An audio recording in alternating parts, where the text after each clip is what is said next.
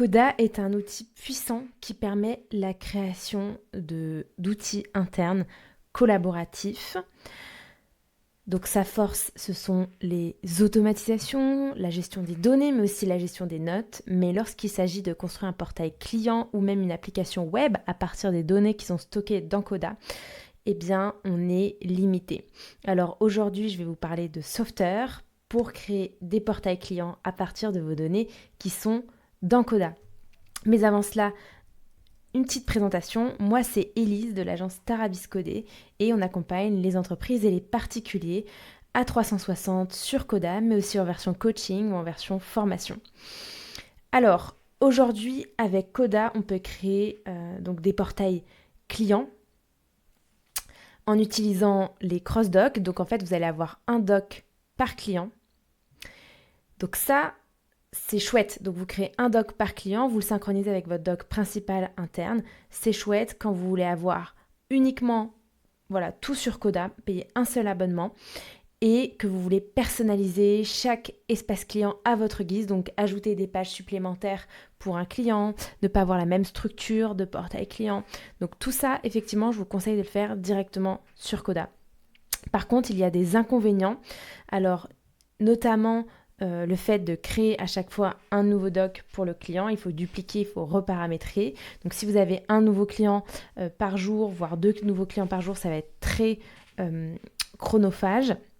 Dès que le client veut interagir avec le portail, il faut absolument qu'il ait un compte Coda. Donc pareil, si vous en avez pas mal, ça peut être un peu embêtant de les inciter à prendre un compte Coda à chaque fois.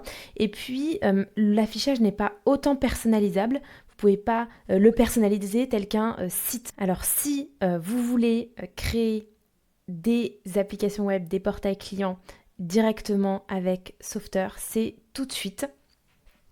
Je vais vous montrer déjà un petit template que j'ai créé sur Coda. Donc l'idée, c'est déjà que vous ayez votre gestion des clients, des projets, des tâches dans Coda. Vous pourrez récupérer le template en description. Là, par exemple, j'ai tous mes clients.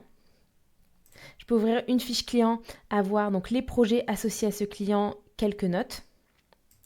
Ici, j'ai une nouvelle page avec tous les projets de l'agence. Donc imaginons que nous sommes une agence avec des clients et des projets à mener. Là, il y a tous les projets, puis je clique sur un projet. J'ai les tâches associées au projet, les documents associés au projet.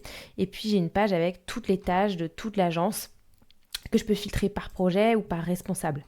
Donc, tout l'enjeu, c'est de se dire, tiens, si j'ai un nouveau client, je veux que lui aussi, il puisse voir l'avancement du projet, les tâches du projet, les documents du projet, et qu'il n'ait accès uniquement à ce qu'il concerne et par exemple un accès uniquement par code SMS ou par code envoyé par email et qu'il n'ait pas besoin de se créer de compte Coda et qu'il puisse également interagir avec les données. Donc déposer un nouveau document, ajouter une nouvelle tâche, ça aussi c'est possible. Alors c'est parti. On va regarder ce qu'il est possible de faire dans Softr. Alors si vous vous rendez sur Softr, vous pouvez créer une nouvelle app. On va démarrer from scratch et là, tadam, intégration avec Coda. On fait continue. Et là, on arrive sur une application qui est déjà pré-paramétrée avec un certain nombre de pages, des pages pour se connecter, avec les account settings, le fait de pouvoir réinitialiser son password, et puis des pages pour dire la permission est refusée, etc. On va se concentrer sur la page d'accueil. Et on va paramétrer ici la liste de projets. Donc ici, vous pouvez sélectionner votre source. Donc je vous laisserai configurer votre source directement sur Coda et donc aller créer une clé API dans votre compte Coda et puis l'indiquer dans Softr. Vous verrez, c'est assez guidé. Et puis ici, je vais afficher les projets. Dans le contenu, je peux dire ce qui s'affiche en heading. En heading, je vais mettre le titre du projet, nom du projet. Ici, je peux mettre en tag peut-être la description. Et puis ça, tout le reste, je vais l'enlever parce que j'ai pas beaucoup de champs. Voilà, je vais tout désactiver. Donc là, on se retrouve avec les projets et la description. peut-être sous ce format-là. Ici, le tag, on peut mettre peut-être du texte simplement. Voilà la liste des projets. Ça ne sert à rien qu'ils puissent ajouter de nouveaux projets. Donc là, vous pouvez désactiver le fait d'ajouter des nouveaux projets. Et la search bar, pareil, vous pouvez aussi la désactiver. On va ensuite filtrer, parce que là, si on fait une preview, vous allez voir que normalement, voilà, tous les projets s'affichent. Et là, on veut uniquement que quand je suis un certain utilisateur, je veux uniquement mes projets qui s'affichent. Et donc là, je vais mettre une condition sur l'email du client qui est égal au logged in user email. D'ailleurs, je vais aller faire un petit tour dans les utilisateurs, voir est-ce que c'est bien synchronisé et non. Donc là, il faut aussi aller synchroniser et dire dans quelle table on se situe. Donc on est toujours dans créer un portail client avec Softer, c'est le nom de mon doc, et on est dans la table client. Donc ayez bien une table client, une table projet. Là, on va dire que on choisit de synchroniser tous les records. On map, bien sûr, dire quelle est la colonne de l'email, quelle est la colonne du nom. Name, est-ce qu'on met le name ou le first name? Je vais mettre le prénom. Et l'avatar, je vais mettre la photo. C'est parti. Donc là, normalement, c'est en train de se synchroniser et on va voir tous nos clients qui apparaissent ici. Je vais retourner sur la home page en attendant. Ici, on peut même configurer les catégories. Alors les catégories, c'est un peu des raccourcis.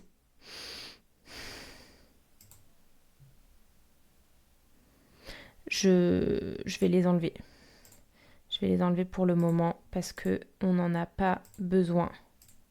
Et on va aller au bout du portail, on va dire bienvenue.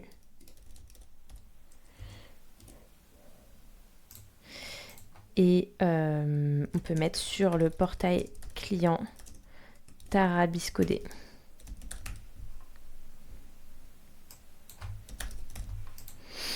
Si on retourne dans les users, voilà, on a tous nos users qui sont bien remontés. Donc ça, c'est top. Est-ce que là, si on fait une petite preview, on a uniquement les projets qui s'affichent en tant que l'utilisateur. Ici, si on sélectionne, par exemple, Elise @tarabiscode, et bien voilà, on n'en a que 2 qui s'affichent. Et si on va voir dans mon portail client, on en a bien 2 qui s'affichent. Redesign du site web, planification d'événements. Et donc, c'est bien ça qui s'affiche. On peut personnaliser aussi la barre en mettant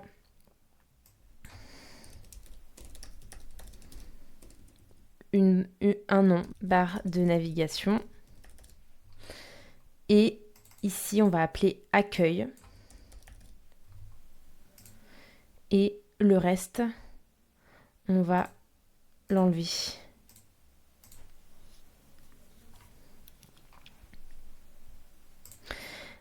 Autre chose, quand on clique, on veut que ça ouvre le détail du projet. Alors, dans les actions, on va se dire Item on click action, open detail page. Et là, on va faire create new detail page. Là, on peut la renommer en cliquant normalement, ici, général. On va mettre projet au singulier. Et l'URL, ça va être aussi pareil, projet. Et on peut pareil continuer à mapper. Donc là, le titre, ça va être le nom du projet, pareil.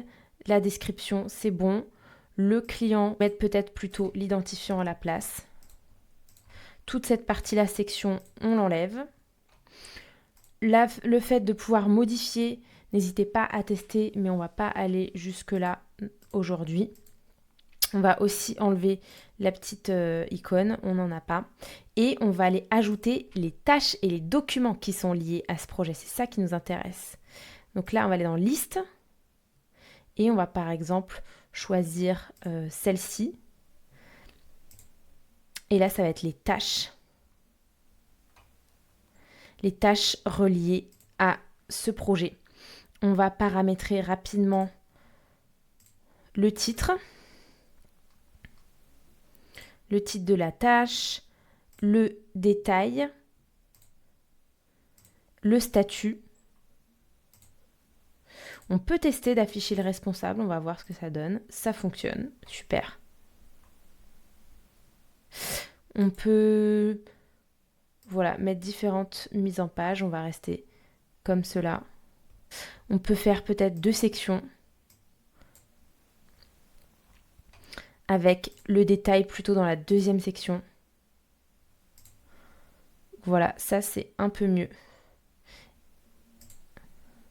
Je trouve que c'est un peu mieux en termes de mise en page avec le titre, la personne, le statut et le détail. Voilà pour les tâches. Dans les actions, on peut faire en sorte de pouvoir ajouter une tâche. Vous pouvez choisir une petite icône et paramétrer le formulaire d'ajout. Donc, ajouter une tâche, ça c'est le titre.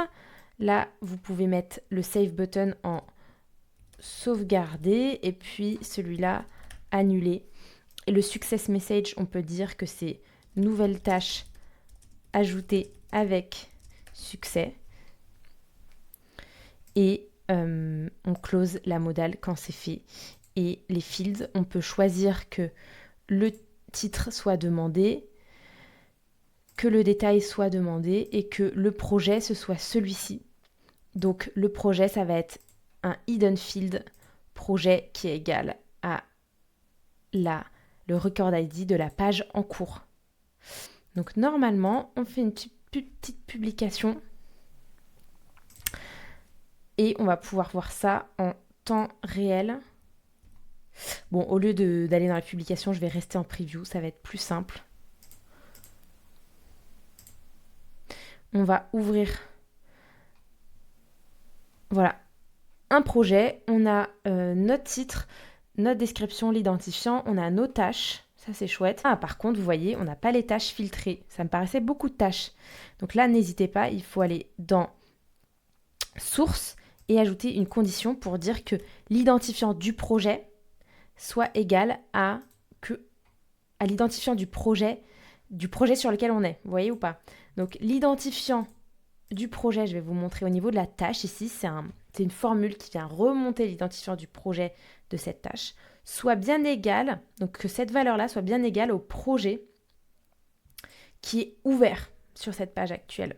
Donc, identifiant projet au niveau de la tâche est égal au current record identifiant.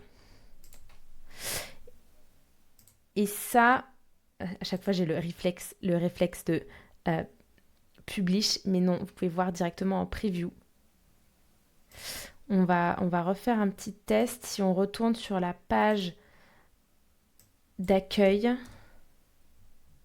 qu'on ouvre un projet, qu'est-ce qui se passe? Eh bien, c'est bon, on a bien la tâche. Alors, on va faire un test d'ajout d'une nouvelle tâche. Si je clique sur nouvelle tâche, on est sur la planification d'événements. Donc, on va faire contacter les différents prestataires donc voilà. Et en détail, on va mettre traiteur, photographe. Si on fait sauvegarder, on va voir ce que ça donne.